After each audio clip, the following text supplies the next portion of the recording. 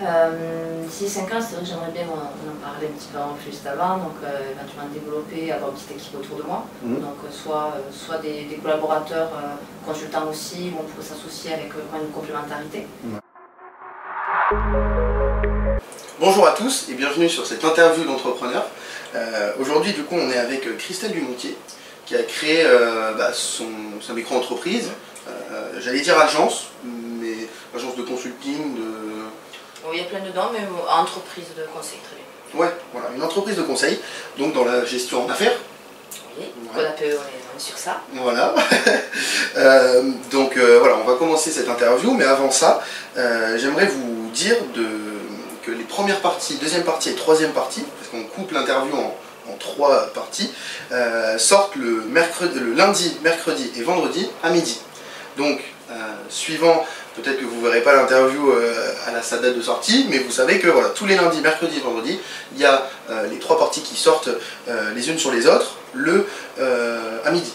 Donc voilà, allez vous abonner, n'hésitez pas également à poser des questions dans les commentaires, parce que sûrement que sur toutes les interviews que je fais, sur des sujets extrêmement différents, en plus des secteurs d'activité, etc. qui sont différents, vous avez sûrement plein de questions, et vraiment je mets un point d'honneur à y répondre dans les commentaires, j'y réponds vraiment à tous. Donc voilà, on va commencer par la première partie, qui est les 10 questions que je pose à tous mes invités. Et la première question, c'est où sommes-nous? Donc on est sur le domaine de Bro, donc à Villemoustoussou. Domaine de Bro que j'ai découvert à l'occasion d'une rencontre avec Fabien, donc, qui est propriétaire, puisque sur différents réseaux, je l'avais rencontré, il avait fait une dégustation de son vin, en particulier du vin sans alcool, le Cifer, que j'ai beaucoup apprécié. Et donc voilà, avec plaisir de revenir sur le domaine et de refaire quelques emplettes. En plus. Donc la deuxième question, c'est est-ce que tu penses que tu es née entrepreneuse ou tu l'es devenue au fil des années, de l'expérience? Je le suis devenue, parce que j'ai pas du tout une famille ou des parents qui sont dans l'entrepreneuriat. Ouais. Donc c'est vraiment sur les différentes expériences en tant que salarié, j'ai passé plus de 20 ans salarié, et au fur et à mesure j'ai pris goût aussi à être un petit peu plus force de proposition. En montant dans ma carrière, j'ai eu la possibilité d'avoir des responsabilités sur l'entreprise. Je me suis dit que finalement je m'y sentais bien, j'avais acquis les compétences sur le terrain, et du coup aujourd'hui je me suis lancée. Ouais, pourquoi pas les mettre en application pour les clients. C'est exactement ça, quoi. Totalement. Trop bien. Est-ce que tu as un ou des mentors? Un ou des mentors. J'avais rencontré différents consultants en tant que salarié, puisque j'avais fait travailler des consultants dans les entreprises. Et en effet, j'ai quand même été bien inspirée par certains. J'ai en tête Stéphane Cloteau, qui est sur Montpellier, dans le cabinet Stratitude, qui m'avait bien impacté justement sur son approche et sur l'impact justement sur l'entreprise. Et j'ai Bruno, que j'ai dans Fernandez, qui est sur le cabinet Aura Narbonne. C'est 2 personnes vraiment qui m'avaient motivé, qui m'avaient inspiré. Ouais, ok. Même encore aujourd'hui ou Ah oui, totalement. Ouais. Bon, je ne les croise pas plus régulièrement qu'avant, mais oui, totalement. C'est des personnes qui ont vraiment une approche de l'entreprise qui m'avait beaucoup plu. Ok. Est-ce que des gens ne croyaient pas en ton projet, ton entreprise, tes compétences? Oui, beaucoup. Beaucoup, ouais, forcément. Beaucoup, on s'inquiète, surtout sur l'entourage proche. Ouais. Donc autant il y en a qui vous poussent, autant il y en a qui s'inquiètent, et t'es sûr, c'est quand même toujours un pas à franchir que de sortir du salariat. Mais après, donc, on sait qu'on est quand même dans un contexte professionnel qui nous permet de faire des expériences, et on retombe sur ses pattes si vraiment. Voilà. Ouais. Oui, il y a toujours l'opportunité dans tous les cas de repartir sur du salarié, quoi. Oui, tout à fait. Mais c'est plus quoi? C'est plus la famille, les amis plus la famille, oui. Qui sont réticents? Inquiets. C'est pas réticents, parce que l'épanouissement après de chacun est toujours favorable, c'est toujours faux. Heureusement, ouais. Oui, non, après voilà, c'est toujours un risque, il y a beaucoup d'énergie à mettre, c'est du temps, c'est un investissement. Voilà, donc les gens sont plutôt bienveillants dans l'idée de le sécuriser aussi. Mais après, dans l'ensemble, quand même, j'ai pas eu des grands freins ou des gens qui peuvent dire stop, surtout n'y va pas. Et est-ce que ça vous aurait bloqué, si jamais, admettons que... Non. Non. Au bout de tant d'années de salariat, qu'on a décidé quelque chose, qu'on a envie... C'est un peu cette mentalité d'entrepreneur quand même. Oui. Enfin voilà, c'est mon choix. Totalement, c'est mon risque et c'est mon aventure. Ouais, c'est ça. comment vous avez réussi, enfin comment tu as réussi à te diversifier du coup, dans ton activité? Alors, me diversifier par rapport à la polyvalence de mes missions, ou me différencier sur les autres consultants? Non, ouais, diversifier. Diversifier. Moi j'ai une expérience en tant que salarié très éclectique. C'est vrai que c'est pour ça aussi je pense que je me retrouve ici, parce que je ne dure pas dans les entreprises. Quand j'ai fait un petit peu le tour des postes, des fonctions que j'ai compris, que j'ai maîtrisé, que on va dire que l'organisation est ok, j'aime bien tout le temps progresser. Donc du coup j'ai fait beaucoup d'entreprises, beaucoup d'expériences, beaucoup de secteurs d'activité. Je suis très curieuse de beaucoup de choses. Et c'est ce qui me permet aujourd'hui d'être très polyvalente et transverse sur l'ensemble des postes d'une entreprise et des différentes entreprises, que ce soit dans l'agricole, que ce soit dans l'industrie, que ce soit dans le social. Je bascule très facilement d'un secteur à l'autre.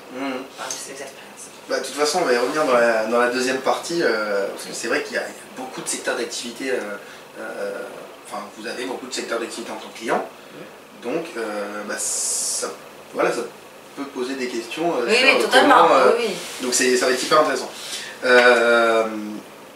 Quelle a été la décision la plus difficile de ta vie, côté pro, côté perso, voilà. Dans la démarche pour devenir entrepreneur? Oui, ou peut-être une décision difficile qui t'a empêché de devenir entrepreneur, enfin en soi peu importe. Alors j'ai ouvert, donc je me suis inscrite, j'ai fait l'inscription à l'INSEE de mon entreprise. J'ai commencé à préparer donc tout ce qui était support, communication, etc. Quand on se lance, ça ne tombe pas tout seul, la demande entrante n'arrive pas de suite, c'est un petit peu l'impatience. Donc j'avais repris un contrat salarié sur 3 mois, et ça aurait pu être un point de bascule qu'on me propose de rester, etc. Mais voilà, donc ça c'est une décision difficile, c'est de démarrer le projet, de s'inquiéter de ne pas avoir de suite de clients et d'entrée financière, du coup de rebasculer un petit peu dans le salariat et d'y rester. Mais bon, finalement, mais non, j'y suis revenue, et voilà, après on a fait ce qu'il fallait, j'ai eu quelques missions qui ont démarré, ça donne confiance et on rebondit.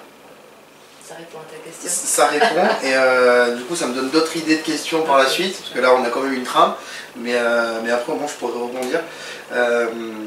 Est-ce que tu as 3 mots qui drivent un petit peu ta vie, que limite tous les matins tu te répètes avant d'aller au travail, ou enfin peu importe, mais... les mantras ou les punchlines. Voilà, c'est ça. 3 mots. Amélioration, c'est un mot qui drive ma vie tout le temps. Après j'ai des phrases un peu longues. C'est travailler très sérieusement sans se prendre au sérieux. Ça fait beaucoup de mots. Et après, sortir ça, comment je vais prendre, épanouissement, c'est vraiment prendre plaisir dans le travail. Voilà. C'est tous les jours quand on va travailler, client ou salarié, faut réussir à kiffer. Voilà, c'est plus clair. Carrément, même si c'est un mauvais jour, quand même prendre... Oui, non, et puis voilà, il faut que on sait qu'on est là, qu'on participe forcément à quelque chose, même si des fois c'est difficile, la tâche n'est pas forcément, la mission n'est pas forcément toujours, c'est pas super l'éclat tout le temps, mais on est quand même dans quelque chose qui participe à avancer, et voilà, il faut kiffer. Bon. Puis après, les collaborateurs, faut prendre du plaisir avec les gens. Très bien. Un petit peu dans la même thématique, c'est quoi ton activité préférée, justement, par exemple, quand il y a une mauvaise journée, ou que, il y a un ras-le-bol, pour tout déconnecter, et ensuite repartir de zéro et sur de bonnes bases? Moi je fais un peu de course à pied. Pas beaucoup, mais voilà, c'est vraiment un temps où ça fait du bien mental, ça fait du bien physique, ça fait du bien partout. Top. De combien était, c'est un petit peu la seule question argent, le plus gros contrat que tu as réussi à avoir? Alors, quand moi je travaille sur une collaboration à temps partagé, ça va se définir sur la durée. Moi je propose un demi-journée hebdomadaire, donc j'étais sur une mission, là on va dire la plus importante, c'est où j'ai passé 4 jours dans la semaine, sur un mois complet, où vraiment il y avait beaucoup de travail à faire, et du coup j'ai passé beaucoup de temps sur un terrain assez réduit. Sinon j'ai fait des missions qui du coup étaient à peu près équivalentes, mais sur 4 mois où j'avais entre 1 et 2 jours. Oui, donc ça dépend des besoins de l'entreprise. Tout à fait, du besoin, du rythme, de choisir, du budget qui est alloué, etc. Et justement, en termes de budget, c'est quoi? C'est à la demi-journée ou c'est du coup à la mission? Alors, il y a des missions à la carte, donc on prend un forfait qui Mhm. définit avec le client en fonction de la compétence, en fonction de la complexité, en fonction du temps qui va être alloué. Mais plus régulièrement, je travaille à la demi-journée. Donc c'est vraiment du temps de collaboration, c'est temps de jour, temps de demi-journée facturé. Ok. Ouais, et pour donner un ordre d'idée, c'est quoi le... Non, pas forcément en termes d'argent, mais sur une mission assez simple, sur une mission assez complexe, ça va se traduire en combien de jours et du coup en combien d'argent? C'est tout l'intérêt de pouvoir déjà rencontrer le prospect, commencer à comprendre quelle est la problématique et faire un audit. En principe, on démarre toujours par des audits d'un diagnostic pour comprendre vraiment le contexte de ce qui est déjà en place, ce qu'il va falloir améliorer, et s'il n'y a pas des petites choses qui sont à côté en plus, il va falloir intervenir.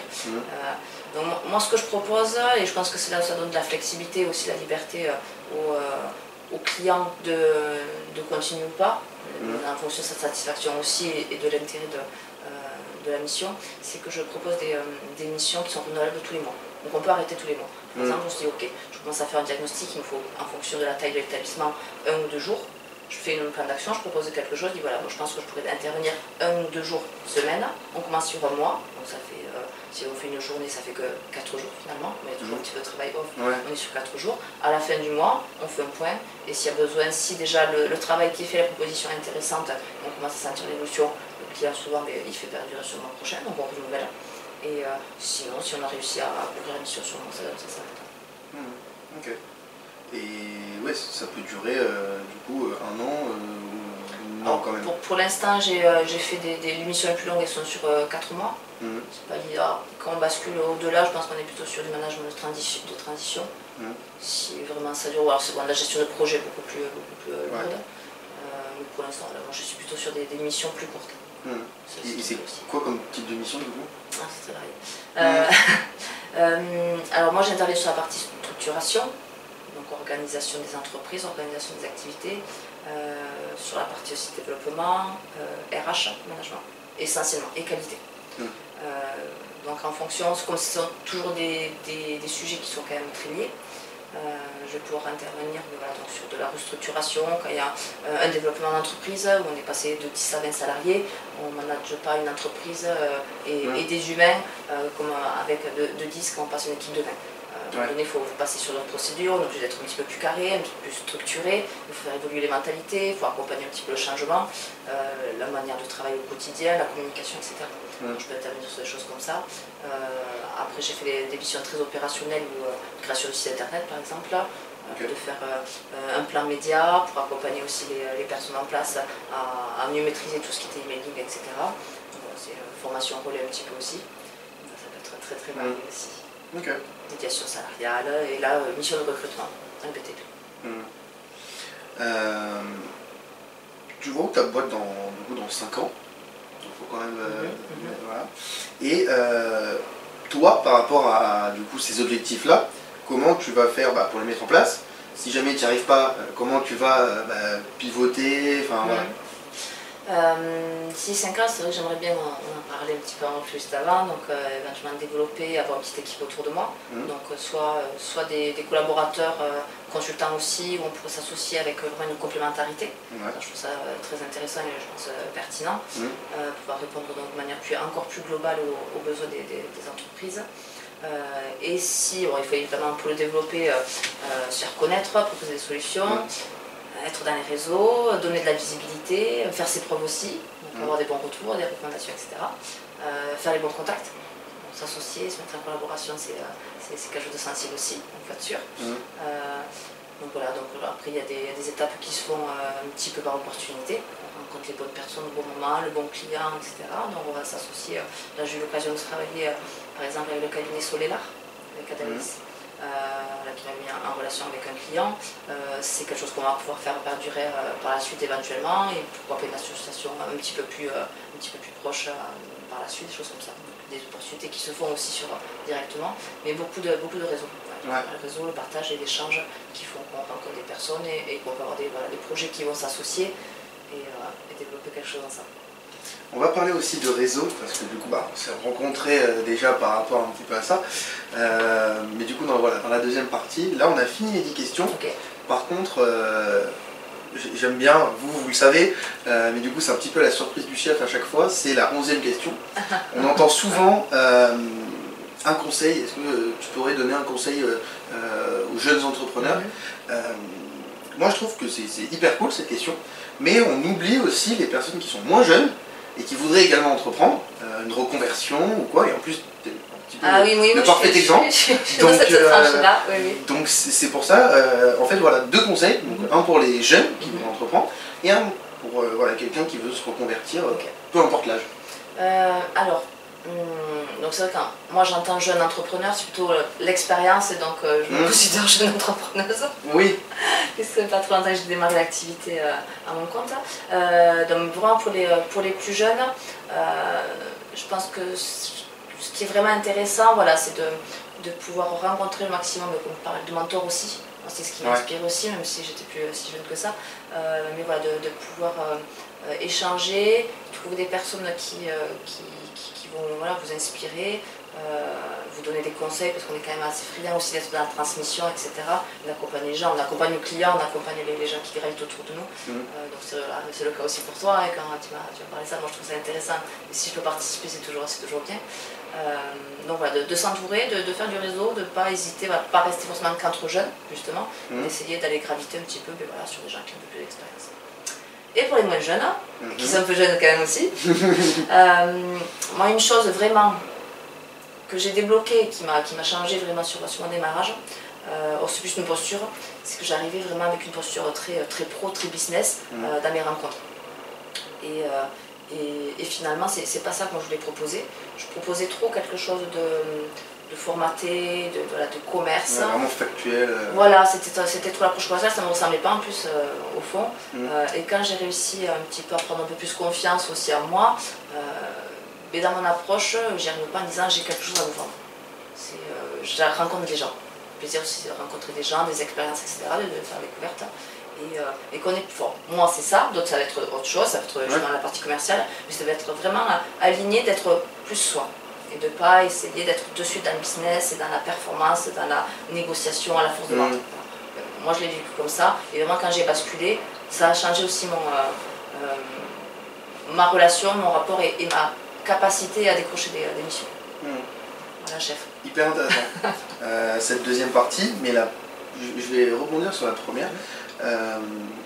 Moi je suis d'avis que, alors peut-être parce que du coup je suis un jeune entrepreneur et jeune dans ma tête, dans mon corps, tout ça,